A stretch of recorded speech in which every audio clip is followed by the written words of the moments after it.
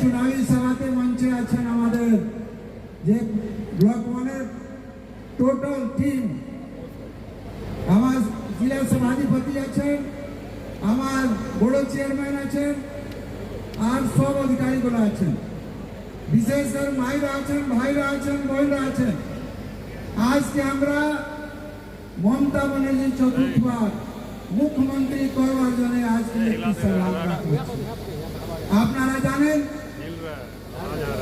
2021 সালে মমতা ব্যানার্জি যখন আমাকে আশীর্বাদ করে এখানে পাঠাইছিলেন, বললেন হরিরাম ওইখানে 44 বছর থেকে সিপিএম এমএলএ আছে, ওকে সরাতে হবে, আর কেউ সরাবে না, তুমি সরাতে পারবে, আমার আশীর্বাদ নিয়ে যাও জমুরিয়াতে চুনাव লড়ো।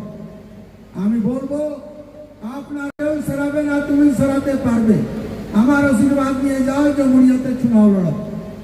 আমি বলবো আপনারা দুই হাত তুলে আমাকে আশীর্বাদ করেছিলেন। 2021 আমি বিধায়ক হয়ে বিধানসভাতে গিয়েছিলাম। বিধানসভাতে যাওয়ার পর বিকাশ জন্য আমি কি কি কাজ করেছি, বিশেষ করে আমি বীজপুর জন্য বলবো।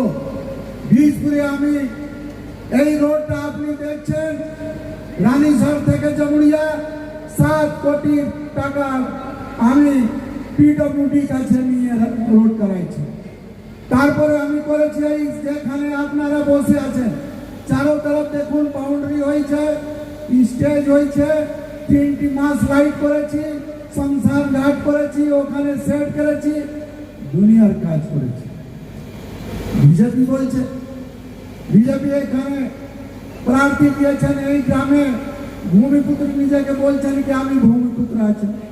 আরে ডাক্তার বাবু, আপনি খুব ভালো লোক, আপনি ডাক্তারি পেশা করেন, এই রাজনীতি আপনি পারবেন না, 2বার আপনি রানীগঞ্জ থেকে হেরেছেন, এইবার এখানে মমতা ব্যানার্জি আমাকে পাঠাইছেন, আমি ফির আপনাকে হারাবো, এই কথা আমি বলছি। মহিলা আপনারা জানেন মমতা ব্যানার্জি আপনাদেরকে সমৃদ্ধ করবার জন্য, আপনাকে সুদৃঢ় করবার জন্য স্কিম নিয়ে এসছেন। 94 স্কিম চলছে, তার মধ্যে লক্ষ্মী ভান্ডার যোজনা 1500 টাকা 1700 টাকা আপনারা পাচ্ছেন। আমি একটি কথা বলবো, মমতা ব্যানার্জি সরকার এলো আগে আপনার ছেলে যদি বিস্কুট চাইতো, আইসক্রিম চাইতো, আপনি স্বামীর কাছে টাকা খুঁজছেন কি 10টি টাকা দাও, ছেলে বিস্কুট চাইছে, স্বামী কি বলতেন? স্বামী বলতেন আমার কাছে টাকা নাই, আমি দিতে পারবো না। এখন উল্টা মমতা ব্যানার্জি করে দিয়েছে, স্বামী আপনার কাছে হাত ফেলাচ্ছে কি ঘরে সবজি নাই, তোমরা আমাকে 100 টাকা দাও, পরে তোমাকে টাকা দিয়ে দিই। এই তো মমতা ব্যানার্জি করেছে। বিজেপি বলছে কিছু করেন নাই। আরে বিজেপি 2014 সালে মোদীজি এসেছিলেন, চুনাव লড়েছিলেন, সেই সময় বলেছিলেন कि আমার সরকার এলে আমি 15 লাখ টাকা প্রত্যেক অ্যাকাউন্টে পাঠাবো। আমার সরকার এলে বিদেশ থেকে কালো ধন যত গেছে ইন্ডিয়া থেকে আমি वापस নিয়ে আসবো। আমার সরকার এলে মহামারী যে কম করবো আমি। উনি কিছু করেন না। মমতা ব্যানার্জি যে বলেছিলেন সে করেছে। আপনারা জানেন 2021 সালে ইলেকশন আগে মমতা ব্যানার্জি বলেছিলেন कि আমার সরকার এলে লক্ষ্মী ভান্ডার যোজনা লাগু করব। এই সিপিএম বিজেপি কংগ্রেস বলতো এরা মিথ্যা কথা ভোট নেওয়ার জন্য বলছে, কখনো লক্ষ্মী ভান্ডার যোজনা লাগু হবে না। যখন আমরা জিতলাম, বিধানসভাতে বিল এলো, বিল যখন পাস করবার জন্য যখন তোলা হলো, বিজেপি যত এমএলএ ছিল বিরোধ করলো, বলো না লক্ষ্মী ভান্ডার দেওয়ার দরকার নাই, লক্ষ্মী ভান্ডার ফালতু পয়সা যাবে। কারণ বিধানসভাতে আমাদের বহুমত ছিল, আমরা পাস করেছি। 500 টাকা সেই সময় ছিল, আজকে 1500-1700 টাকা আপনারা পাচ্ছেন। আপনারা চিন্তা করবেন না। আপনার ছেলে, আমি দেখেছি বড় বড় লোকের ছেলে যখন ড্রেস পরে স্কুল যেত, গরিব মানুষে বলতো যে পয়সা থাকলে আমারও ছেলে এরকম ড্রেস করতো। মমতা ব্যানার্জি বললেন না, যত ছেলে আছে মেয়ে আছে আমার ছেলে মেয়ে আছে, ওর জন্য কি করলেন, জুতো থেকে শুরু করে, কাপড় থেকে শুরু করে, বই থেকে শুরু করে সব কিছু উনি দিলেন। তারপরে মিড ডে দিলেন, মিড ডে খাওয়ার জন্য ব্যবস্থা করলেন।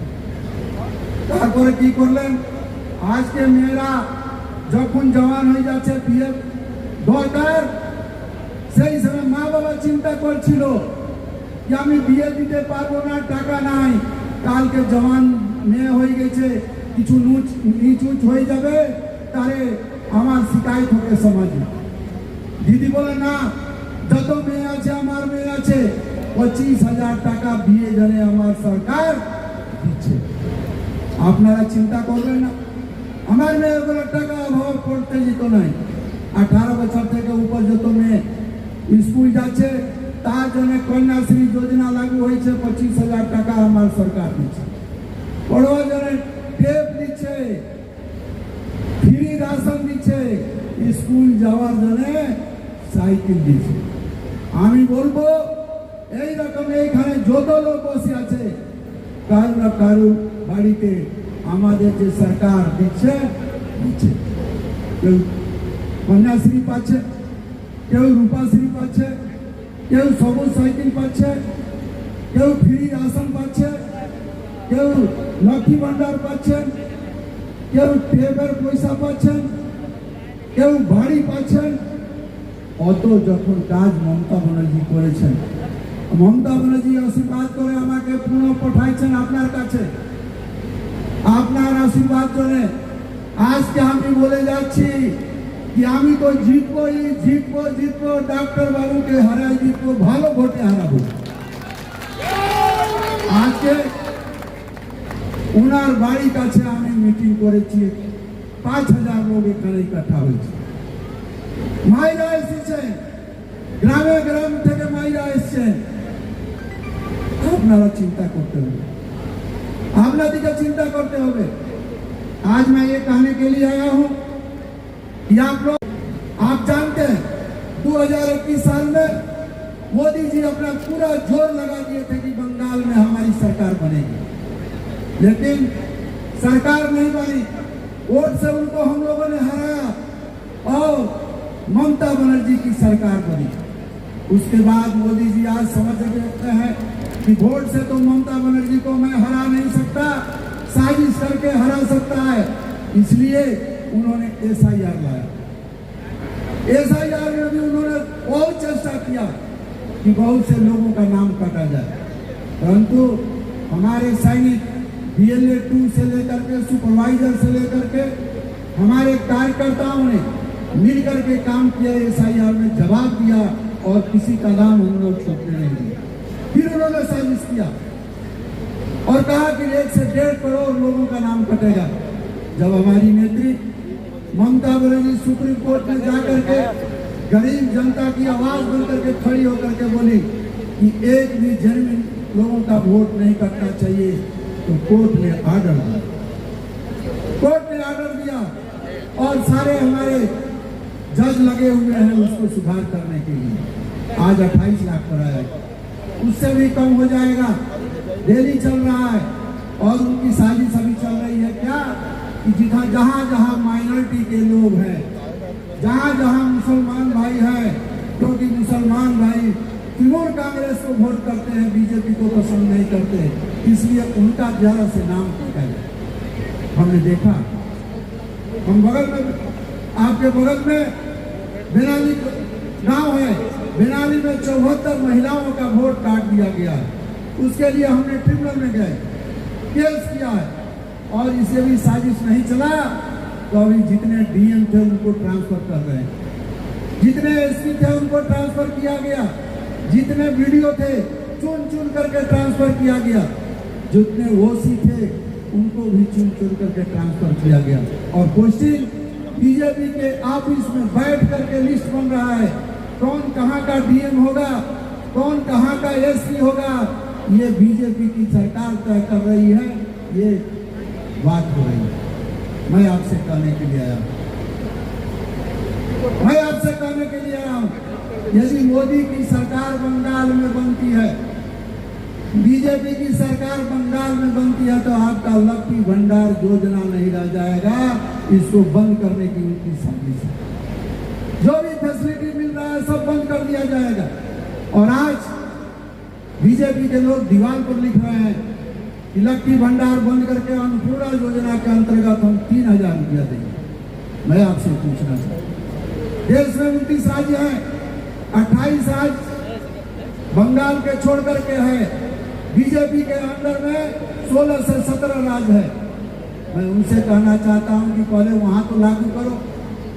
दिल्ली में अभी चुनाव हुआ, वहां पर इन लोगों ने बोला था कि 3000 रुपया करके महिलाओं को हम देंगे। क्या हुआ?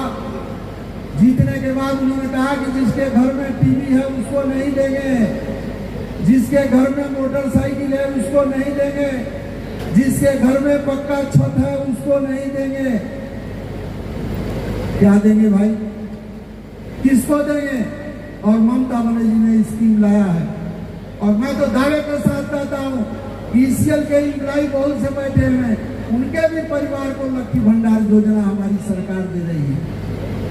हमने किसी से भेदभाव नहीं किया, हमारी सरकार ने किसी से भेदभाव नहीं किया, सबको बराबर नजर से देखा है और सबके लिए लक्ष्मी भंडार योजना का लाभ दिया। वही ने कृषक बंधु, किसानों के लिए हम लोगों ने योजना लाया। जिसके पास जमीन है उसको 10,000 रुपया दिया, जिसके पास जमीन नहीं है इस बजट में हम लोग 4,000 रुपया का प्रावधान रख रहा है। मैं आपसे कहता हूं, मेरे परिवार के लोग, आप लोगों को विचार करना पड़ेगा कि आप बीजेपी को वोट दीजिएगा कि सीपीएम को वोट दीजिएगा कि तृणमूल कांग्रेस को वोट दीजिएगा। और बीजेपी को जिताने के लिए सीपीएम ने एक कैंडिडेट खड़ा किया है कि तृणमूल कांग्रेस का वोट वो काटेगा, बीजेपी को फायदा होगा। लेकिन आपको विचार करना है, यदि सीपीएम को वोट जाएगा और बीजेपी को लाभ होगा। इसलिए एक भी वोट सीपीएम को नहीं जाना चाहिए। सीपीएम को देने से ही बीजेपी को लाभ होगा। और बीजेपी जब हमारे प्रदेश में आ जाएगी, बंगाल में आ जाएगी, तो दंगा फसाद होता रहेगा। हम लोग को देख रहे हैं कि किस तरह दंगा लगाने के चक्कर में इलेक्शन में पड़े हुए हैं। हर जगह इनकी जो है ये चल रहा है साजिश। लेकिन जमुरिया में आज तक मैंने 5 साल से यहाँ एमएलए रहे, एक भी ऐसा कोई बात नहीं हुआ जिससे हमारे लोगों को कोई परेशानी। यहाँ हिंदू मुस्लिम सभी लोग मिल करके रहते हैं, सभी तृणमूल कांग्रेस को मानते हैं, सभी लोग तृणमूल कांग्रेस को वोट देते हैं। इसलिए मैं आपसे कहने के लिए आया हूँ। अभी हमारी जो रचना बनर्जी सांसद है हुगली से, लॉकेट को हरा करके आई है, आपके सामने अपना वक्तव्य रखेगी। 10 मिनट के अंदर ही ढूंढने वाली मेन रोड में आ गई है। मैं आप लोगों से यही कहने के लिए आया था कि आप तृणमूल कांग्रेस को वोट कीजिए। आप ममता बनर्जी को हाथ को मजबूत कीजिए। ममता बनर्जी 4थी बार यदि मुख्यमंत्री बनेगी तो पूरा बंगाल का विकास है। बंगाल के विकास के साथ साथ जमुरिया का विकास होगा। मैं तो आप सबों को कहना चाहता हूं कि 5 साल के अंदर हमने 100 करोड़ रुपया का काम अपने विधानसभा के अंतर्गत कराया। अब आप पूछेंगे कि आपको 3.5 करोड़ रुपया ही फंड मिलता है 5 साल में, आपने ये रुपया लाया कहां से? मैंने लाया, मैंने एडीडीए से पैसा लाया, मैंने कारपोरेशन से पैसा लाया, मैंने जिला परिषद से पैसा लाया, मैंने पीडब्ल्यूडी मंत्री से पैसा लाया, मैंने बिजली मंत्री से पैसा लाया और अपना जो फंड मिला था उसको खर्चा किया। और उसको हिसाब करने पर 100 करोड़ रुपया से ज्यादा काम दिखाई देता है। मेरे परिवार के लोग, माताएं हमारी बैठी हैं, आपको विशेष करके ध्यान देना है। आप लोग घर घर जाइए, जो हमारे पार्टी के सदस्य हैं, जो हमारे नेतृत्व कर रही है, महिला नेतृत्व कर रही है, उनसे मैं आग्रह करूंगा कि आप घर घर जाकर के ममता बनर्जी ने क्या किया है उसी को बताना। कुछ करने की आवश्यकता नहीं है। इतना ही करना है कि ममता बनर्जी ने क्या क्या लाभ आपको दिया उसको बताइए, उसी से आपका काम हो जाएगा। आज के दिन में जो चल रहा है देश में उसको रोकना पड़ेगा। बराबर बंगाल को कंगाल करने के चक्कर में मोदी ने सारा स्कीम का पैसा बंद कर दिया है। आप जानते हैं ग्रामीण सड़क योजना का पैसा मोदी ने नहीं दिया, 100 दिन रोजगार का पैसा मोदी ने नहीं दिया, आवास योजना का पैसा मोदी ने नहीं दिया। ये जितना डेवलपमेंट का हमारा जीएसटी का पैसा भी रोक कर रखा है। और आज के दिन में 2 लाख करोड़ रुपया केंद्र सरकार के पास हम लोगों को बकाया। बार बार हमारे नेत्री और नेता हमसे मांग कर रहे हैं। अभिषेक बनर्जी हमारे नेता हैं, उन्होंने पार्लियामेंट में खड़ा होकर के कहा कि 2 लाख करोड़ रुपया हमारा जो बकाया है आप उस बकाया को दीजिए, लेकिन 2 पैसा देने के लिए तैयार नहीं। और वो सोच रहे हैं कि बंगाल के लोगों को जितना मैं तंग करूंगा, लोग तंग आकर के आपको वोट देंगे, ये होने वाला नहीं है। बंगाल जो आज सोचता है देश कल सोचता है। बंगाल की जनता जागरूक है, इसलिए जितना भी मोदी जी कितना जोर लगा ले, अमित शाह जितना भी जोर लगा ले, यहाँ कोई परिवर्तन होने वाला नहीं है। यहाँ परिवर्तन हो चुका है और फिर हमारी सरकार बनेगी तो हम लोग काम करेंगे। आपको मैं कहना चाहता हूँ, आपको मैं कहना चाहता हूँ, ये आपने देखा है कोरोना काल में किस तरह तृणमूल कांग्रेस ने मदद किया, कोई खड़ा नहीं हुआ। आज बीजेपी के बैनर लेकर के बीजपुर के रास्ते पर मैं जब जाता हूँ देखता हूँ बड़े बड़े बैनर लगे हुए हैं। मैं आपसे कहता हूँ कि आप जो वोट मांगने बीजेपी के लोग आते हैं उनसे पूछिए कि आप इससे पहले आकर के कितने लोगों को सेवा किए हैं, किसी को तकलीफ हुआ, बीमार पड़े, उसके घर आप गए थे क्या, डॉक्टर के यहाँ गए थे क्या? सारा काम तृणमूल कांग्रेस का कार्यकर्ता करते हैं। और बरसाती मेढक की तरह बरसात में जिस तरह मेढक निकलता है, इलेक्शन में आकर के बोलते हैं कि हमको वोट दीजिए और ममता बनर्जी को गाली देते हैं। ये शोभा नहीं देता। ममता बनर्जी हमारी माँ है और माँ के लिए जो भी करना होगा हम लोग करेंगे। और उन्होंने सबको बराबर नजर से देखा है। कोई नहीं कह सकता ममता बनर्जी के नजर में ये बिहारी है, बंगाली है, उड़िया है, ये मद्रासी है, ये केरलियन है। उनके नजर में सब बराबर है और सबको उन्होंने इज्जत दिया। और आज इज्जत नहीं देती तो आपके सामने मैं उदाहरण के रूप में हूँ। मुझे उन्होंने टिकट दिया है, मुझे उन्होंने इज्जत दिया है। इसलिए आप सभी से मेरा आग्रह है कि आप लोग जरूर से जरूर 23 तारीख को जाकर के जोड़ा बूथ पर अपना मोहर लगाएंगे और ममता बनर्जी को चौथा बार मुख्यमंत्री बनाने के लिए वोट करेंगे। और बीजेपी के लोग, सीपीएम के लोग आते हैं, सीपीएम के लोग आते हैं आपको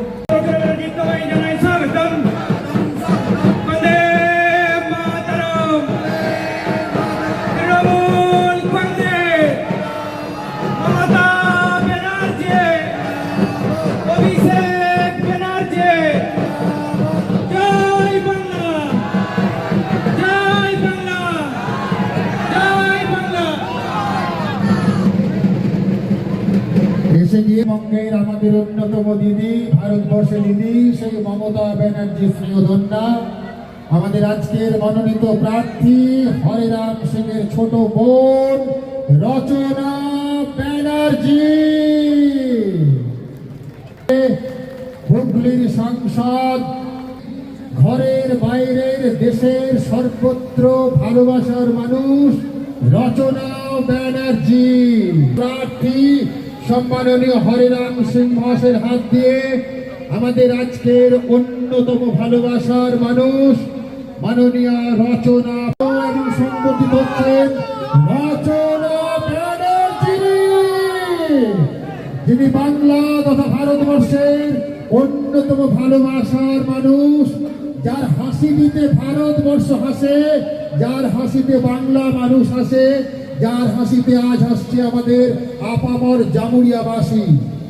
এবার আমাদের পশ্চিম বর্ধমানে তার প্রিয় দিদিকে তিনি শ্রদ্ধা, আমাদের সম্মানীয় বিধায়ক সুযোগ্য সন্তান এবং পশ্চিম বর্ধমান জেলার আমাদের যুব তৃণমূল কংগ্রেসের সভাপতি। আজ এই মঞ্চে আমরা পেয়েছি আমাদের মায়েরা, বোনেরা, আমাদের দিদির জন্য আরেকটু জোরে অনেক অভিনন্দন। এই মুহূর্তে এই ট্রেনটি যিনি দেখছি আমাদের দিদি, তিনি জামুরিয়াতে এই প্রথমবার এলেন, একবার এসেছিলেন শো করতে। তাই বিরোধীদের কোনো জায়গা নেই। 2026-এর নির্বাচন ওদের সমর্থন করতে হবে। ভোটে লড়ুন, গণতন্ত্রের রাজনীতি করুন। একটু আসতে প্লিজ। মানুষের কাজ কখনো আটকাতে নেই, নতুন ছেলে মেয়েদের জীবন কখনো আটকাতে নেই। একটা কথা মনে রাখবেন, ষড়যন্ত্র করে কখনো কেউ ছোট করে বড় হতে পারে না, ঘৃণিত হতে পারে। বাংলার মাটি, বাংলার জল, বাংলাকে ভাঙতে এলে ভালো হবে না ফল, এটা আমরা সবাই জানি। এইটুকু মনে রাখবেন, 2026-এ আবার নবান্ন সবুজ আবিরের আমি উঠবে। আবার আমাদের দিদি চতুর্থবারের মতো মুখ্যমন্ত্রী হবেন এবং বিপুল ভোটে জয়ী হবেন। এটাই সত্যি। আর এই সত্যি বললে যদি আমার শত্রুতা বাড়ে, তবে সেই শত্রুতা আমার গর্ব। যেখানে প্রতিবাদ করা দরকার সেখানে চুপ থাকাটা ভদ্রতা নয়, ভীরুতা। তাই আওয়াজ তুলতে হবে, আওয়াজ করতে হবে, অন্যায় প্রতিবাদ করতে হবে। যেখানে অন্যায় দেখবেন সেখানে লাঠি নিয়ে নেমে পড়তে হবে। 2021-এ দিদি বলেছিলেন, ক্ষমতায় যদি আসি ফ্রিতে রেশন পাবেন, মানে খাদ্য সাথী আর লক্ষ্মীর ভান্ডার। আজকে এখানে এত মায়েরা আছেন, এত বোনেরা আছেন, দিদিরা আছেন, সবাই একটু জোর গলায় বলুন তো, সবাই লক্ষ্মীর ভান্ডার পাচ্ছেন তো? আজকে এত বছর ধরে সবাইকে দিদি লক্ষ্মীর ভান্ডার পৌঁছে দিচ্ছেন ঘরে ঘরে। কারণ দিদি যা বলেন তিনি সে কথা রাখেন। কাজের পক্ষে আছি আমরা, ভাষণের পক্ষে নয়। ব্যক্তিগতভাবে সাইকেল দিচ্ছেন সরকার, কন্যাশ্রী দিচ্ছেন, রূপশ্রী দিচ্ছেন, শিক্ষাশ্রী দিচ্ছেন, যুবশ্রী দিচ্ছেন, স্বাস্থ্য সাথী দিচ্ছেন, সবুজ সাথী দিচ্ছেন। বাংলার শিক্ষিত যুবক যুবতীদের কর্মসংস্থানের লক্ষ্যে বিশেষ প্রকল্প বাংলার যুব সাথী প্রকল্প সারা ফেলে দিয়েছে পুরো পশ্চিমবাংলায়। যে সব যুবক যুবতী মাধ্যমিক বা সমতুল্য পরীক্ষায় পাশ করার পর এখনো চাকরি পাননি, কাজ পাননি, 21 বছর থেকে 40 বছর পর্যন্ত, সেই সব ছেলেমেয়েরা প্রতি মাসে 1500 টাকা করে পাবেন আর্থিক সাহায্য। তাছাড়া আপনারা জানেন, দিদি আমাদের পশ্চিমবাংলার মানুষের জন্য চিন্তা করে ভেবে কি কি কাজ করে যাচ্ছে। গ্রামের রাস্তা, ব্রিজ, স্কুল, কলেজ বলে শেষ করা যাবে না। দিদি যখন কিছু বলেন সেই কথা দিদি রাখেন। ভোটের সময় এসে ভাষণ দিয়ে, প্রতিশ্রুতি দিয়ে পালিয়ে যান না। যে যে কাজের জন্য আমরা ভোট দিই সেই সব কাজ আজকে পশ্চিমবাংলায় হচ্ছে।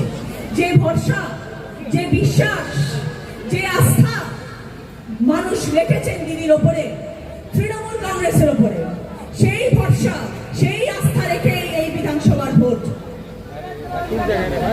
আমাদের দল, বাংলার দল, এখানেই থাকবে, এখানেই আছে, আপনাদের পাশে।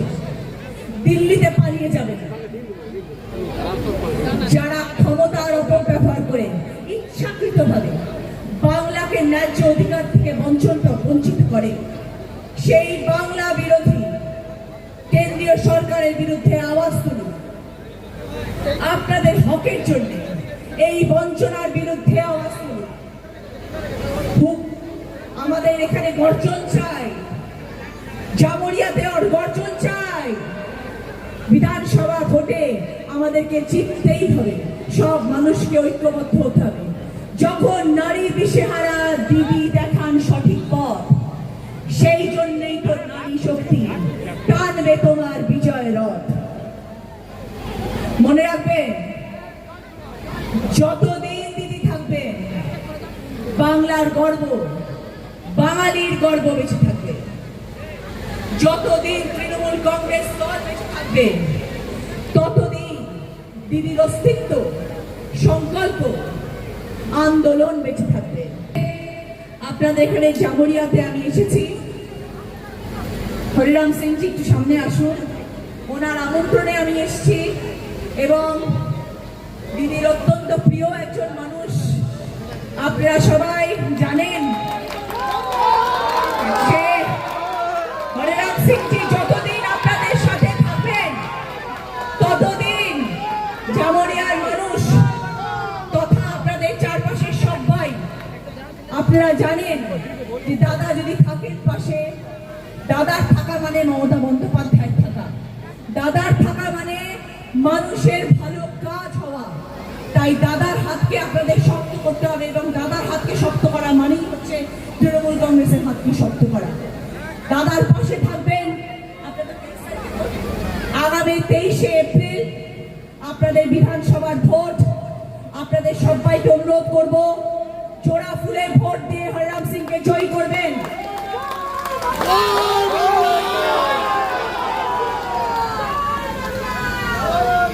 আমি এত জায়গায় যাচ্ছি, এত সভায় যাচ্ছি, এত প্রচারে যাচ্ছি, বিশ্বাস করুন এত মহিলা থাকেন আমাদের দিদির প্রচারে, মানে আমাদের তৃণমূল কংগ্রেসের প্রচারে।